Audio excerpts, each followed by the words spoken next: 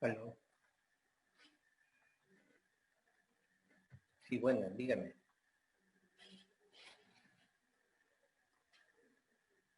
¿Cómo? No tengo mi consultorio ahorita. Sí, voy a empezar una clase.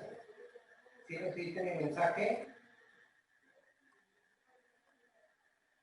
Sí, ya está todo, ya está.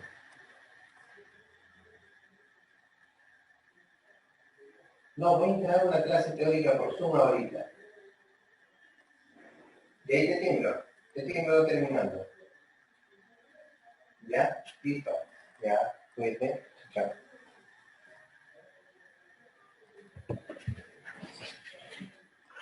A ver, ¿dónde está mi micrófono?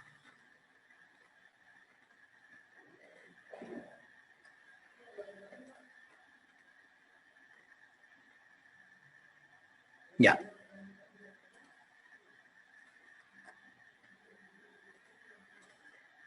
Buenos días, jóvenes. Sí hay buen audio, ¿no? Buenas tardes, doctor. Buen día, doctor. Vamos a empezar el tema de hoy, fibrosis quística. Es una patología que hasta algunos años era de dedicación exclusiva para pediatría y después se ha visto, gracias a la sobrevida de estos pacientes, ya algunos pacientes adultos con fibrosis quística.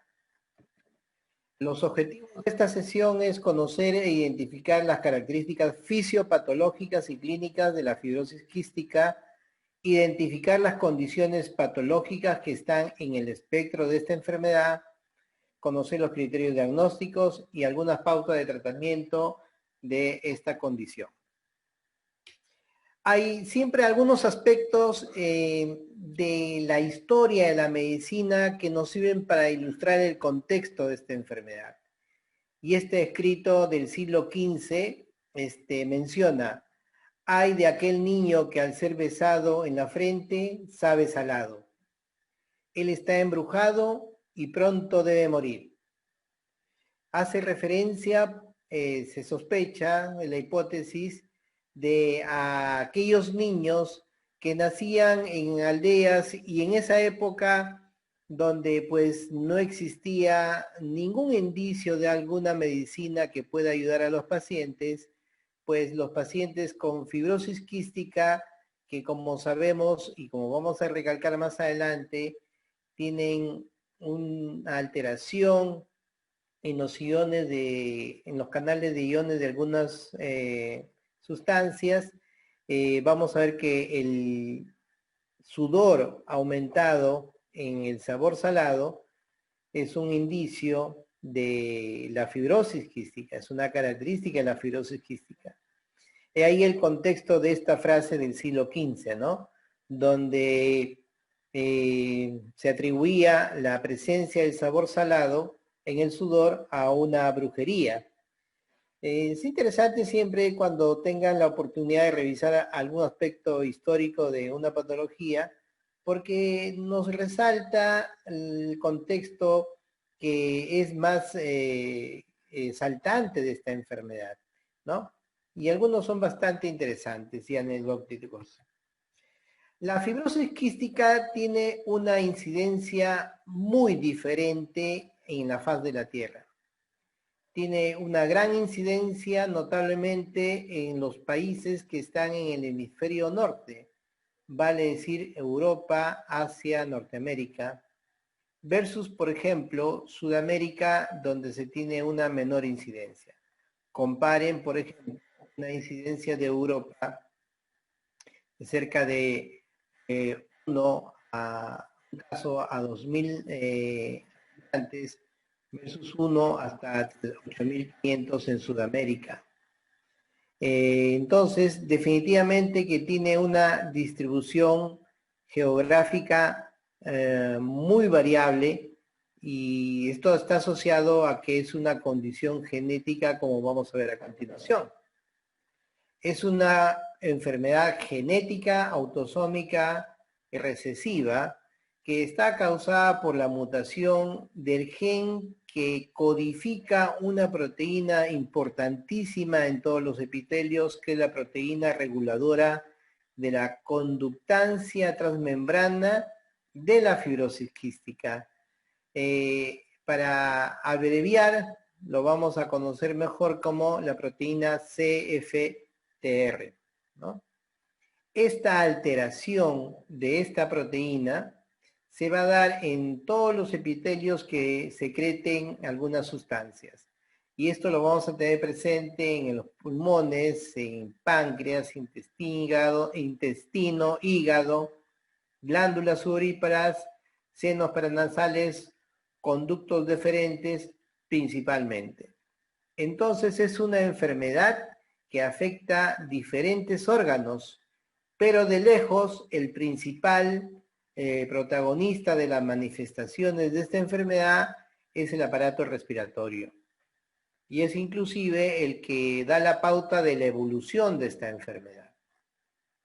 Ya habíamos mencionado los datos epidemiológicos, que hay una gran variación según esta prevalencia de Clinical Case, va desde uno de 60.000 a nivel mundial versus una diferencia en hispanoamericanos de 1 en 7.000, aumenta a Europa de 1 a 2.500 o 3.000 en Europa del Norte, ¿no? Se describe mucho en los países escandinavos, ¿no? De raza aria, hay una mayor incidencia. ¿Cuál es la alteración que se produce a nivel epitelial? Como habíamos mencionado, esta proteína funciona como un canal de cloro, participando en la regulación del transporte a través del epitelio de estas glándulas, movilizando el sodio y el bicarbonato. Normalmente tenemos un gráfico como el de la izquierda, donde vemos en la superficie del epitelio una capa de líquido que tiene cierta movilidad.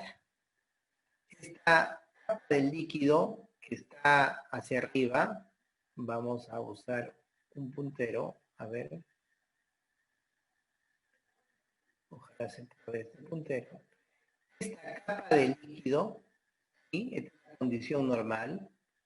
Esta capa de líquido, pues, es una que sirve muchísimo para atrapar cuerpos extraños, para movilizar las sustancias que se liberan de los epitelios y que tienen que viajar a otros epitelios, y que esta movilización producida por una persistencia de cilios, sobre todo en el aparato respiratorio, estos cilios que ayudan muchísimo a movilizar las secreciones sobre el epitelio respiratorio. Hay unos canales que entonces que se dedican a movilizar el agua y los principales iones fuera del epitelio hacia su interior e inclusive a los planos donde se encuentran los vasos linfáticos y capilares. Eso es una condición donde el problema es esa movilización de iones producida por la falla de la CFTR, y esto hace que, en primer lugar, esta capa de líquido que se tenía sobre la superficie del epitelio se vuelva densa. Miren la velocidad, que en promedio era de 50 micras por segundo, pues definitivamente ya no tiene esa edad. Eso hace un deterioro sobre los cilios del epitelio, los cuales se acortan e inclusive podían llegar a desaparecer. Y la consiguiente alteración de movilización de los iones hacia el interior del organismo, hacia el interior, perdón, del epitelio. ¿Qué está sucediendo entonces de manera global? La mutación genética que se desarrolla en la persona afectada produce una disfunción de esta proteína. Esto a su vez altera el transporte transporte iónico, reduciendo la eliminación o secreción de cloruro y aumentando la absorción de sodio. Esa es la alteración a través del intercambio iónico que se produce en los epitelios. Esta modificación de estos iones, reducción de la salida del cloro, aumento de la absorción de sodio, va a hacer que se produzcan secreciones más viscosas, con lo que trae consecuencia a no movilizar las secreciones adecuadamente, esas acumulo de secreciones, obstrucción, bronquios más pequeños, tanto va a haber un deterioro de la depuración mucociliar que normalmente debería tener todo el epitelio respiratorio. Esta obstrucción va a desencadenar un proceso inflamatorio que a su vez produce un daño estructural por la liberación de proteasas, se forman bronquictasias, estas bronquictasias cuando tienen una mala evolución aumentan en volumen, aumentan en número, están más comprometidos los segmentos pulmonares, el paciente en su larga evolución desarrolla una insuficiencia respiratoria que al final es fatal. Estos cambios, los cambios estructurales, por la formación de bronquictasias, a su vez favorecen cuadros reactivos de infección, que son los que marcan una mala evolución en el paciente. ¿Qué pasa en las glándulas sudoríparas? En las glándulas sudoríparas, la concentración de cloro normalmente es isotónica, igual que el plasma, debido a esa movilización que hace la proteína CFTR. Al tener esa disfunción, como habíamos dicho, produce una ausencia de la absorción del cloruro desde la luz hacia el interior. Entonces hay más cloro afuera y por lo tanto la percepción del sabor salado del sudor. En el páncreas lo que se produce es que esa reducción de la absorción de cloruro hace que la luz de los conductos pancreáticos van a formarse secreciones más viscosas y esto a su vez va a obstruir esos conductos y va a alterar los acinos pancreáticos. Esta obstrucción de los acinos pancreáticos hace que el mismo tejido pancreático esté expuesto a las acciones proteolíticas que en estas mismas glándulas acinales se producen, desarrollando alteraciones quísticas y fibróticas en el páncreas, en la glándula del páncreas.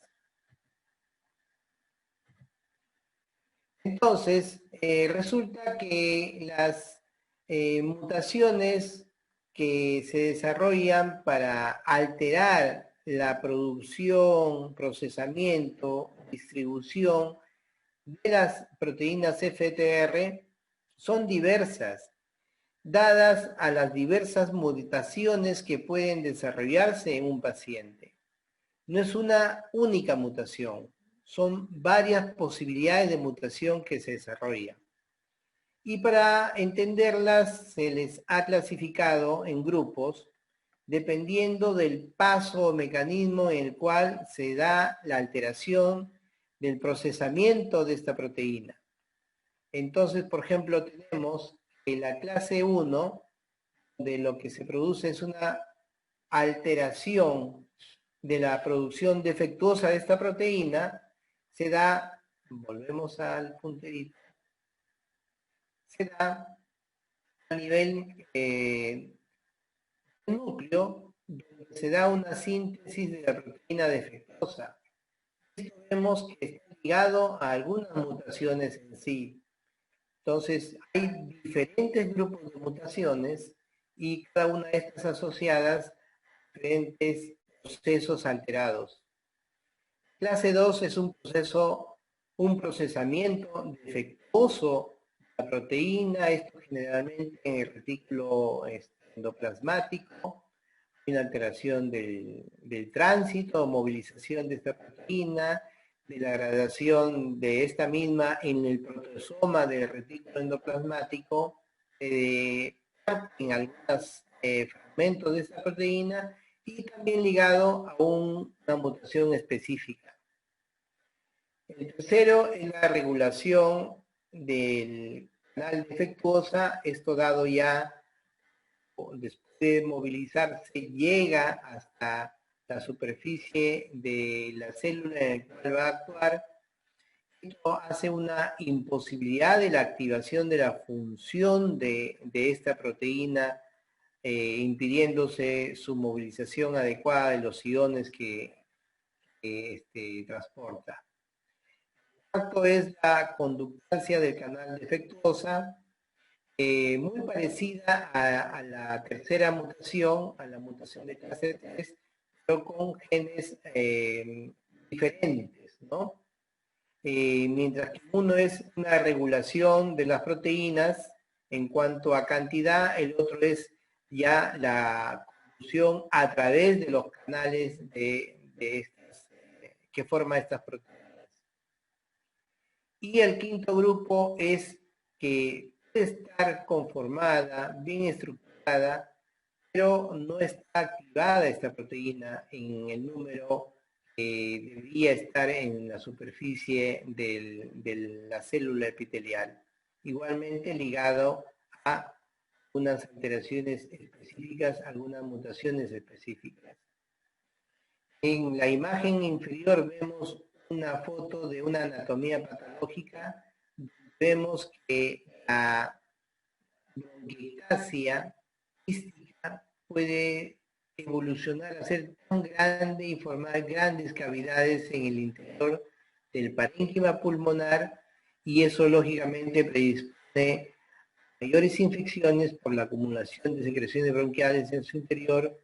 Lógicamente, al tener una invasión del parénquima pulmonar normal, hace una disminución de la función pulmonar. Por otro lado, vemos algunas bronquiectasias más pequeñitas, que son una especie de huequitos que vemos en las otras partes del tejido. A la derecha vemos un esquema donde esquematiza las clases de las alteraciones, de las diferentes mutaciones que pueda tener el paciente. Por eso entonces vamos a tener pacientes que van a tener diversas manifestaciones de esta enfermedad. Algunos van a ser más floridas sus manifestaciones, más graves, versus otros de menor intensidad. Las expresiones clínicas, de lejos, la respiratoria es la más importante.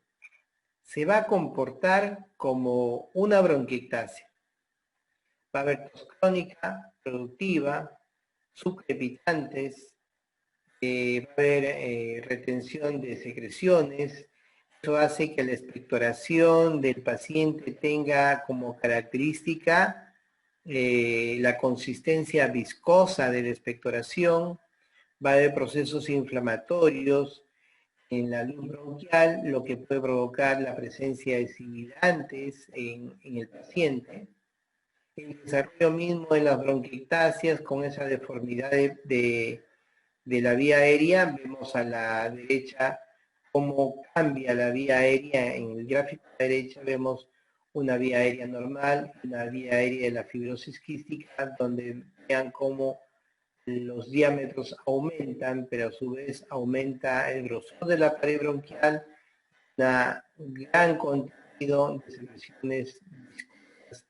Disminuyen, en la flecha celeste vemos, disminuyen el flujo de aire que permitiría una buena ventilación en el paciente. Las exacerbaciones generalmente son producidas por presencia de un agente patógeno, pueden ser virales, pueden ser bacterianas, y lo que van a hacer es incrementar los síntomas de tos, puede aparecer disnea, o si es que ya era un cuadro avanzado, el paciente ya tiene disnea y se incrementa la disnea durante la exacerbación, el cambio propio de la coloración de la expectoración, que puede ser de amarillento a verdosa, y el incremento en la viscosidad del paciente, donde el paciente narra que tiene una gran dificultad para eliminar las secreciones, o que cuando las elimina, pues nota el aspecto gelatinoso, viscoso de estas expectoraciones. Las infecciones bacterianas, definitivamente que los gérmenes que debemos de tener siempre presente es el Staphylococcus aureus y la Pseudomonas aeruginosa. La más importante, la Pseudomonas aeruginosa, porque puede producir cuadros crónicos de infecciones sobre la superficie de los bronquios, produciendo infecciones crónicas y o colonizaciones. Es decir, la Pseudomonas convive en la vía aérea del paciente. Eso hace que se liberen continuamente esa respuesta inflamatoria, esas proteasas, y eso va a hacer que el paciente puede desarrollar a la larga mayor número de bronquiectasias. La imagen que definitivamente nos va a servir como un gol estándar para el diagnóstico de bronquiectasias es la tomografía, ¿no? En esta imagen, por ejemplo, vemos en el lado derecho, más o menos acá es el lóbulo medio, vemos como cavidades que parecieran cavernas, pues no son cavernas, son bronquios dilatados, bronquiectasias. Eso lo verificamos cuando vemos el trayecto de estas formaciones quísticas, y si vemos que viene como un trayecto como el que vemos acá, que es un trayecto que dibuja un bronquio. Entonces, si vemos que es un trayecto que dibuja un bronquio y al final tiene una dilatación, esa es una bronquiectasia, ¿no? Bronquiectasias en el lado derecho, bronquiectasias en el lado izquierdo, algunos más aislados o separados hacia atrás, el famoso signo del anillo de sello, donde se ve la dilatación de la vía aérea con una rama del capilar pulmonar mucho más pequeñito al lado. Ese es lo que se denomina signo del anillo de sello. Cuando los tapones de moco son en los bronquiolos pequeñitos, vamos a ver el signo de árbol en brote, que también constituye un signo de bronquiectasias. Los otros órganos van a ser afectados de acuerdo a las diversas mutaciones que pueda presentarse.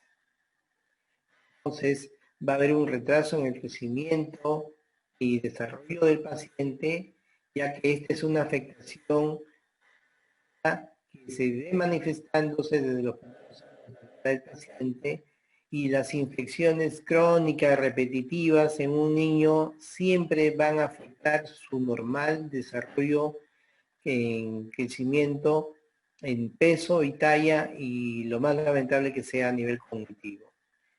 Los signos de malabsorción, cuando se ven comprometido el tracto intestinal, y vamos a ver que el paciente presenta heces voluminosas, dientes y flatulencia, ¿no?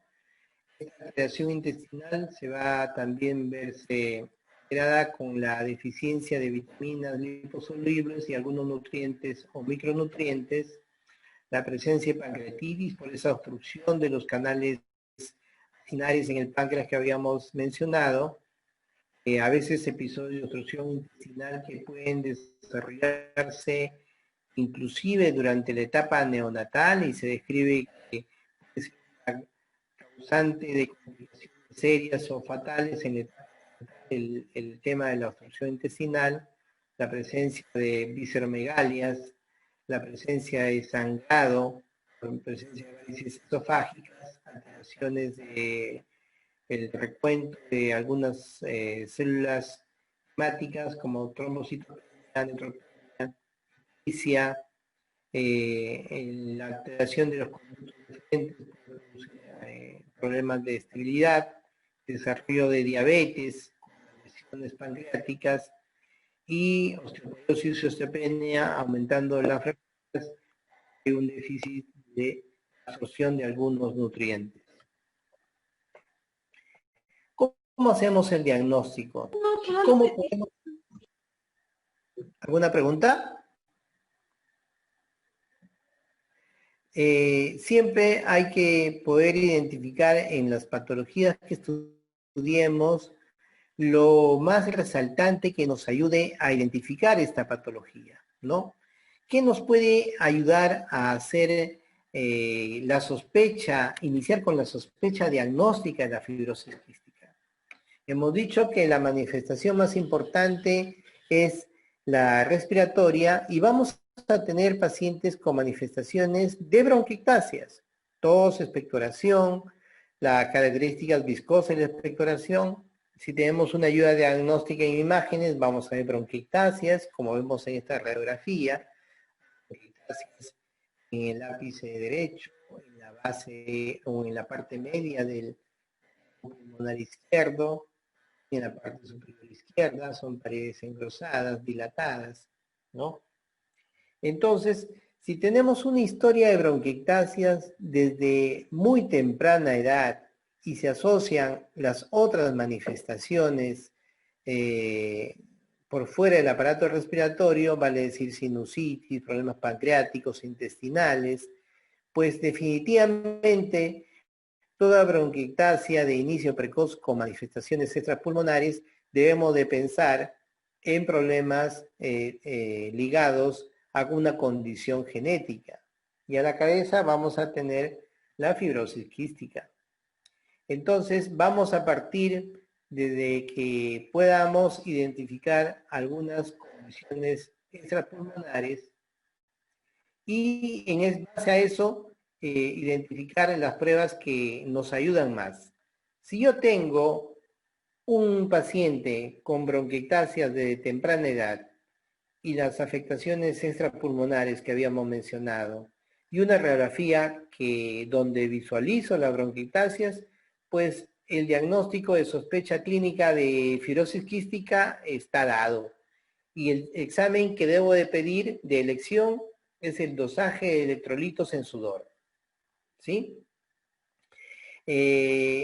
Otros exámenes que nos puedan ayudar pues van a ser para identificar sobre todo las mutaciones que puedan determinarse de la proteína CFTR para poder plantear no solamente el diagnóstico en fibrosis quística, sino poder identificar las mutaciones, como vamos a ver más adelante, nos puede ayudar para una esperanza de tratamiento, ¿no?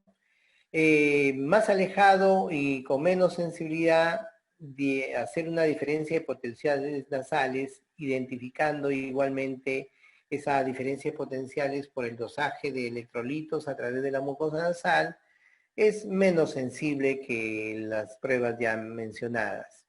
Una tomografía sería para identificar las bronquiectasias, ver la magnitud del tipo de bronquiectasias, una tomografía de senos paranasales, no solamente para identificar la presencia de poliposis, sino también la presencia de infecciones agregadas a nivel de los senos paranasales. Otras ayudas como la identificación de gérmenes en caso de que el paciente tenga síntomas de agudización inflamatoria, es decir, que tenga tos, expectoración amarillento verdosa, pues nos va a servir muchísimo identificar el patógeno que está cursando la infección en ese momento con el paciente. Entonces, el diagnóstico se basa en lo que habíamos mencionado, ¿no? Las diferentes patologías que lo pueden acompañar y hacer el dosaje de cloro en sudor y el punto de corte es 60, ¿no? Si el punto de corte, y lo ideal sería hacer dos mediciones. Si estas dos mediciones son más de 60, pues el tema está ya diagnosticado. Lo ideal sería, como decíamos, identificar las mutaciones. Puede haber casos en los cuales tengamos la clínica, pero un punto intermedio o un rango de duda sería cuando estamos con un dosaje de cloro entre 29 y 59, y eso sí ameritaría otros estudios adicionales como el de potenciales nasales o la diferente detección de mutaciones. pero sí alejaría mucho el que un dosaje de cloro en sudor que esté menos de 29. ¿No? La parte fenotípica es muy importante en el paciente, ¿no? Vamos a tener casos donde la expresión del paciente va a ser muy diferente, la manifestación de la enfermedad va a ser muy diferente. Vemos a la izquierda la foto de una jovencita totalmente adelgazada, con una gran disminución del tejido celular subcutáneo, permite ver las prominencias óseas de los arcos costales, una imagen radiológica y tomográfica donde se ve gran extensión de las lesiones bronquiales, y eso definitivamente se correlaciona con una pérdida de la función pulmonar. En este caso está expresado F1, acuérdense que es un valor de la espirometría, un esperado forzado en el primer segundo, y esto lógicamente se correlaciona con una disminución de aceptables es hasta el 80%, y en este caso se grafica el caso en mención ilustrado con un 28%. A la derecha vemos otro caso donde la manifestación de la enfermedad no es tan agresiva. Vemos que no hay esa disminución de la grasa corporal como se ve en el caso de la izquierda, y eso miren cómo se correlaciona con la expresión del número y extensión de las bronquiectasias, que es muy diferente en las imágenes radiológicas, y eso a su vez se correlaciona con la función pulmonar. En este caso, una función pulmonar normal, donde el BF está inclusive al 105%. ¿Esto qué nos quiere resaltar? Nos quiere resaltar que la expresión de la fibrosis quística puede ser variable. La severidad de la enfermedad puede ser variable. Pero en ambos casos, pues el pronóstico sobre vida siempre es limitado, ¿no? Decíamos que antes se estudiaba solamente pediatría y luego cuando se mejoró la sobrevida de estos pacientes, se estudiaba ya en medicina de adultos. Esto también a su vez de la mano con las diversas expresiones de las variantes genéticas que puede tener esta enfermedad, ¿no? Si tenemos una enfermedad genética que produce alteraciones principalmente respiratorias, que son las bronquiectasias, ¿qué tipo de tratamiento podemos dar? En primer lugar, debemos de tratar esas consecuencias o complicaciones respiratorias. Y básicamente son las consecuencias y complicaciones de las bronquiectasias, ¿no?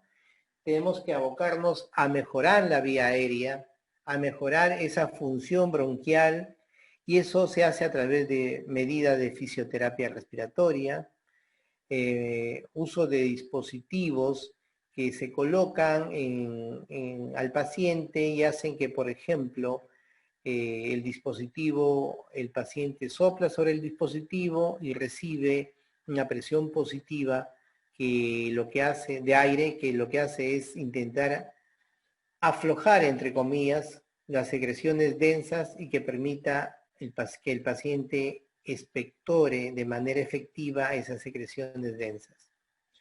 La literatura extranjera habla de la dornasa alfa o DNASA, que algo tiene sustento en la literatura.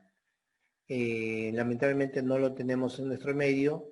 Sí tenemos la acetilcisteína, pero en nebulización, ¿no? En nebulización la acetilcisteína se ha encontrado que tiene una muy buena acción sobre la movilización de secreciones viscosas. No tanto así para la acetilcisteína bioral. Pero de lejos la solución que tiene más efectividad en movilizar secreciones es la nebulización con solución hipertónica salina, ¿no? Que puede ser al 7% o inclusive al 9% se describe. Eso se consigue mezclando el suero fisiológico con algunos centímetros de hipersodio, o sea, de cloruro de sodio al 20%. Por ejemplo, si mezclo un cc, un centímetro cúbico de hipersodio, con 3 cc de suero fisiológico, obtengo una solución hipertónica al 3%, ¿no? Y con esa solución hipertónica se nebuliza al paciente y eso se ha demostrado que ayuda muchísimo a que el paciente pueda eliminar esas secreciones viscosas.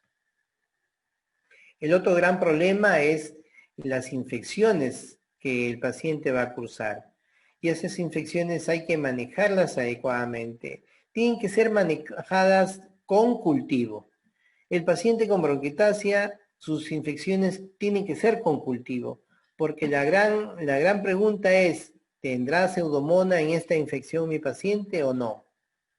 Y me interesa muchísimo saber si tiene pseudomonas porque el tiempo de tratamiento es más prolongado y la evolución del paciente va a ser marcada por la presencia de esta pseudomonas. Ya hemos dicho que la pseudomonas puede predisponer a una infección crónica y eso a su vez a desarrollar más presencia de mayor cantidad de bronquiectasias o ampliar la bronquiectasia ya hecha y eso le cuesta función pulmonar a mi paciente. Pero a la mano no lo vamos a tener cultivo el primer día de tratamiento, así que vamos a hacer uso de tratamientos empíricos hasta obtener el resultado del cultivo de gérmenes comunes. Una muy buena opción cuando desconocemos el agente causal es la ciprofloxacino. La ciprofloxacino se debería usar para llegar adecuadamente a concentraciones respiratorias, la dosis de 750 miligramos cada 12 horas, ¿no? Y el tiempo de duración, pues de 7 a 10 días, y lo cambiaríamos si es que el tiempo de duración, si es que se encuentra una pseudomonas donde sí se podría dar más tiempo el tratamiento. Y así tenemos diferentes opciones en las dosis que se mencionan en el cuadro, ¿no? Pero repito, el manejo con antibiótico podría ser al inicio empírico por unos 3 días que demora el cultivo y ahí ajustarlo a los resultados que me salen en el cultivo.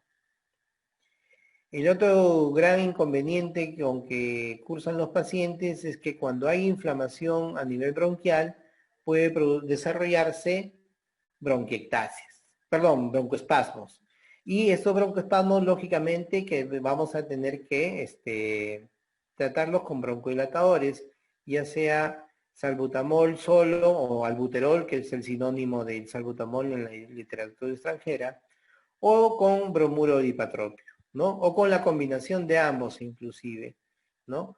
Que hay inhaladores que vienen combinado ambos broncodilatadores. Algo de expectativa positiva se tiene el desarrollo de algunos medicamentos que tratan de corregir el déficit de función o potenciar el déficit de función que tiene el CFTR. Y ahí tenemos el ivacaftor, que es uno de los potenciadores de la proteína, que más años tiene de estudio. Lamentablemente no lo tenemos todavía en el país. Aumenta el transporte de los iones de cloro al potenciar la activación y apertura de los canales. Y lógicamente decíamos que eso va a estar ligado a la mutación con que se identifica en el paciente. Entonces, estos medicamentos se van a indicar cuando se identifique la mutación específica, ¿no? Para tal o cual medicamento. Decíamos que el ivacaftor inclusive ya tiene aprobación de la FDA para su uso en fibrosis quística.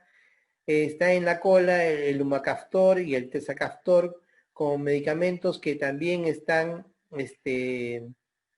demostrando su efectividad en corregir la función de esta proteína, igualmente asociados a mutaciones específicas, ¿no? Lo lamentable es que son de alto costo y todavía no lo tenemos en nuestro medio.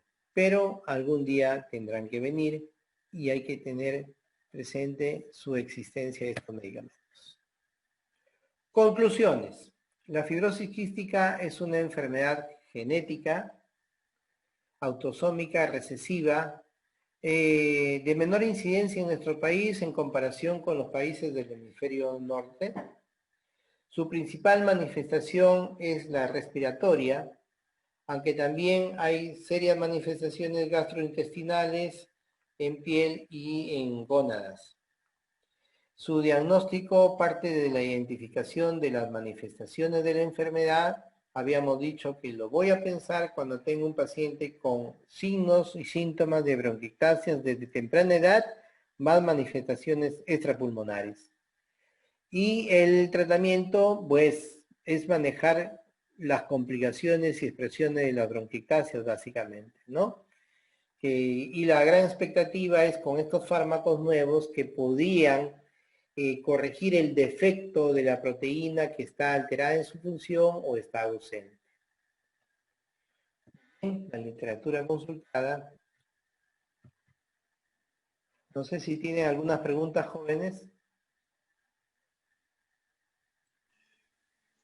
En la prevención, doctor, disculpe, buenas tardes. Justo lo que conversábamos con el grupo, ¿no? ¿Se puede dar prevención en una enfermedad genética?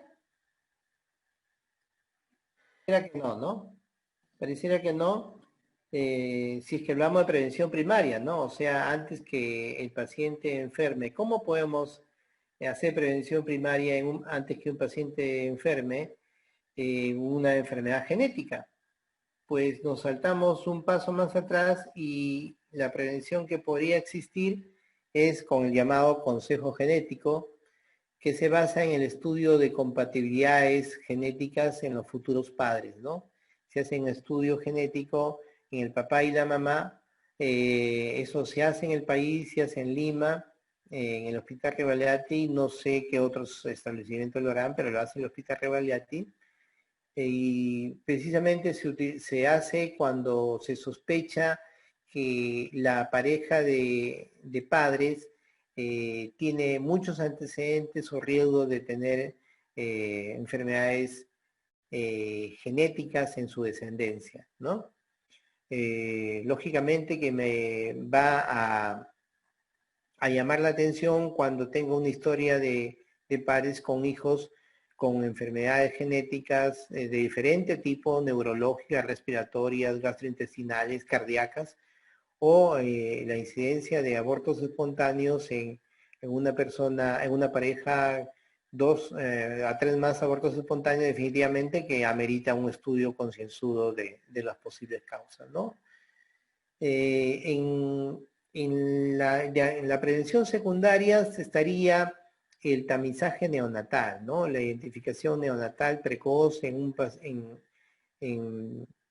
personas que, en países donde se puede hacer este tamizaje neonatal. En Lima sí hay algunos centros,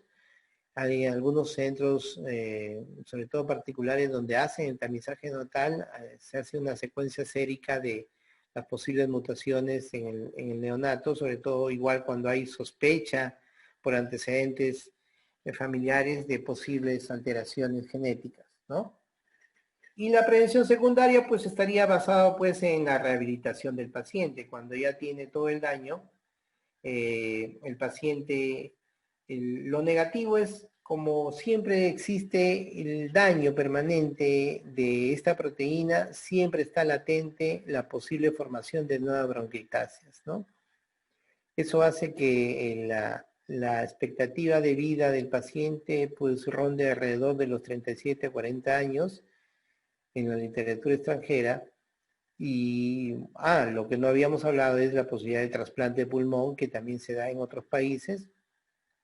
Siempre el trasplante de pulmón es una buena alternativa de tratamiento, pero que tampoco es un tratamiento curativo, ya que se suma el riesgo de rechazo al tejido trasplantado.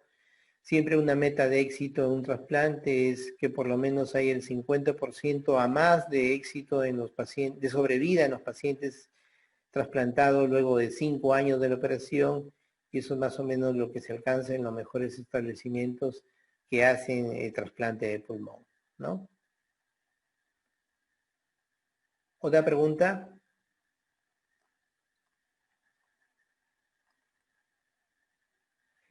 Creo que hay algo en el chat. A ver. No, doctor. ¿Una dieta alta en pacientes en sal puede influir en el desarrollo o aumentar la gravedad? No, porque no es un tema de dieta, ¿no? Es un tema de déficit en el transporte de iones a nivel de los epitelios. No tiene que ver la dieta.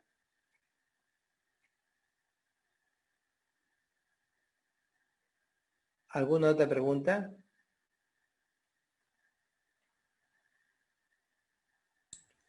Muy jóvenes. Doctor, disculpe, sobre los trasplantes, ¿podría explicar cuáles serían en caso de tratamiento como para la fibrosis quística? Ya, los trasplantes pulmonares, es una opción terapéutica en diversas patologías respiratorias, ¿no? En este caso, en fibrosis quística, es una posibilidad. Lo malo de nuestro país es que se abandonó una buena cantidad de experiencia ganada por los cirujanos de toras que se dedican a hacer trasplante de pulmón, y a la actualidad se hacen muy pocos trasplantes pulmonares, ¿no? Creo que al año se hacen uno o dos trasplantes al año a nivel nacional, y eso es ser optimista, ¿no? En el extranjero hay un centro de referencia en Estados Unidos donde todos los días se hacen trasplantes pulmonares, pero digamos que el trasplante pulmonar tiene sus propios riesgos, ¿no? El paciente es preparado para que no rechace el tejido trasplantado, y eso se prepara produciéndole inmunosupresión al paciente, ya que el tejido trasplantado, el enorme riesgo es que desencadene una reacción de rechazo. Y ahí la reacción de rechazo en un trasplante de pulmón, la más frecuente es la bronquiolitis obliterante. Esto es desencadenado por una cascada inmunológica, donde se produce una respuesta inmunológica a nivel de los bronquiolos. Y este bronquiolo desarrolla un proceso inflamatorio y cierra la luz bronquial. Entonces, al cerrar la luz bronquial en diferentes partes del parénquima pulmonar, pues el paciente hace una tremenda insuficiencia respiratoria, entra en una gran insuficiencia respiratoria que pues es motivo de rechazo del parénquima, es desencadenado por el rechazo del parénquima pulmonar trasplantado, y es una altísima mortalidad en estos pacientes. Hay una gran logística detrás de un trasplante de pulmón, porque después de trasplantarlo al paciente, el paciente tiene que seguir un tratamiento muy minucioso, un seguimiento muy minucioso post-trasplante, precisamente para evitar las infecciones. Y es un paciente pues que está sometido al uso de inmunosupresores precisamente para evitar el rechazo del parénquima trasplantado.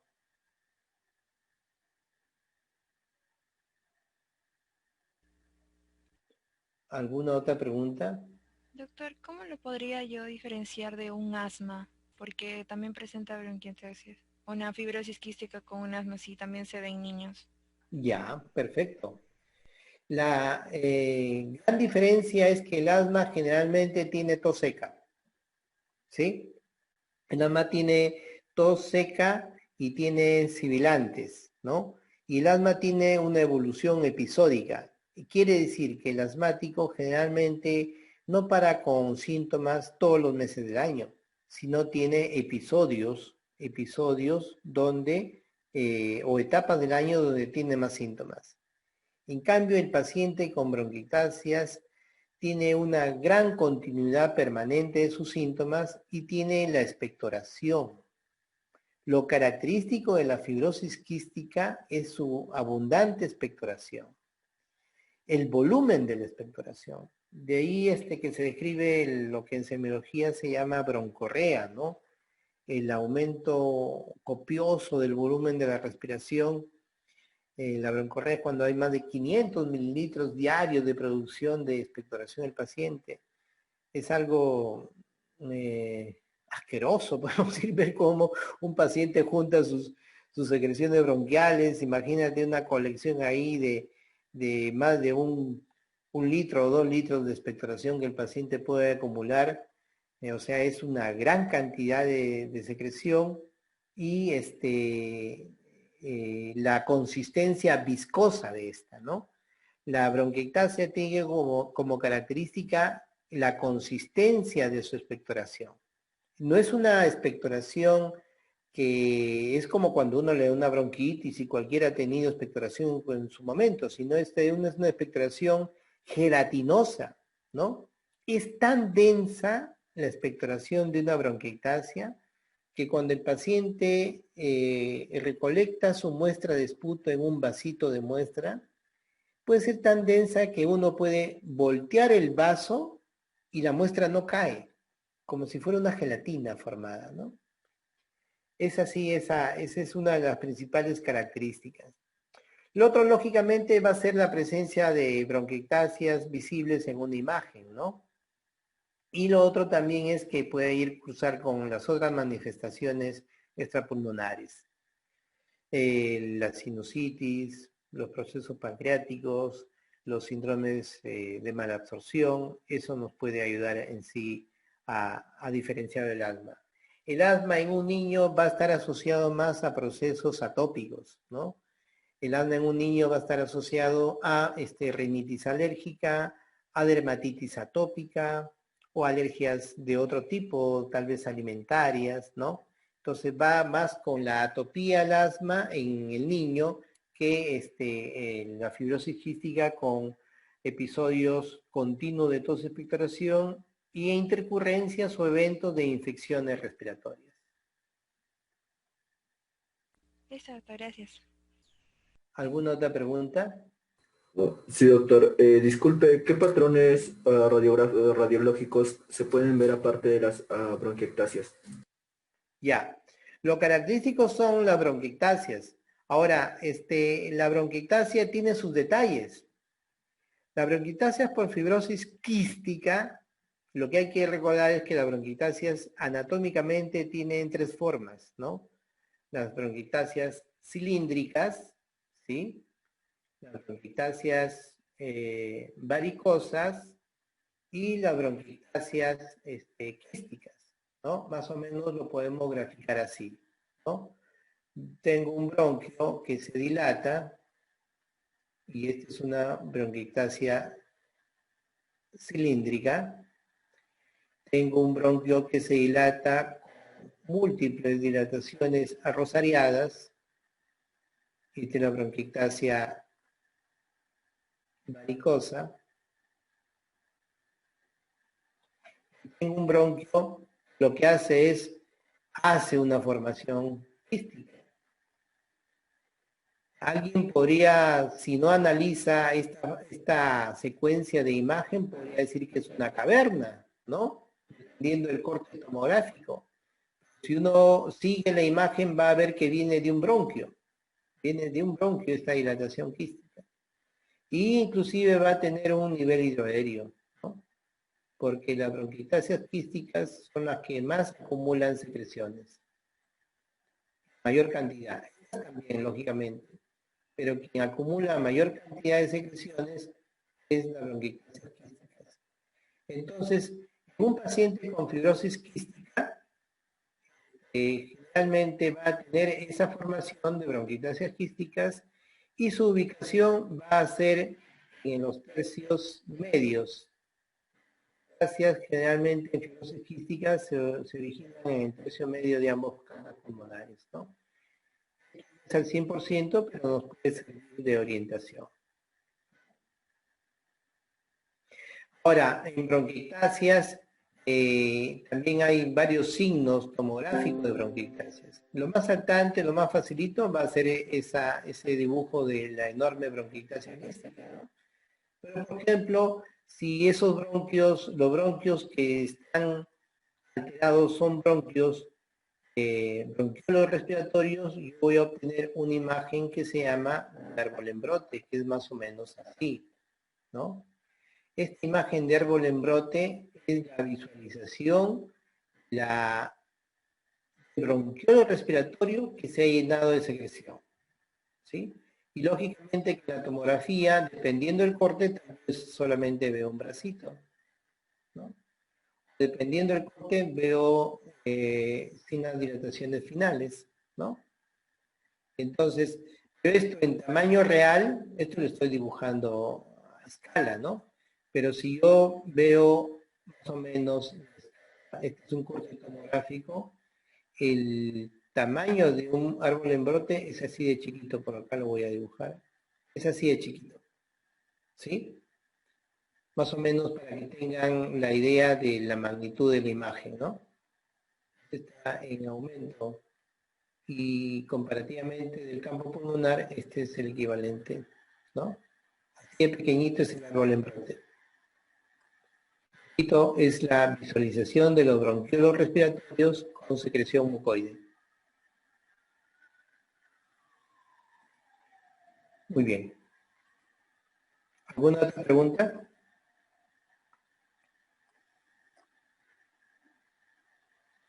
Bien, jóvenes. Gracias. Nos estamos viendo. Gracias, Gracias, doctor. doctor. Gracias, doctor. Gracias, doctor. Hasta luego. Hasta luego. Gracias. Hasta luego, doctor. Muchas gracias. Hasta luego, jóvenes.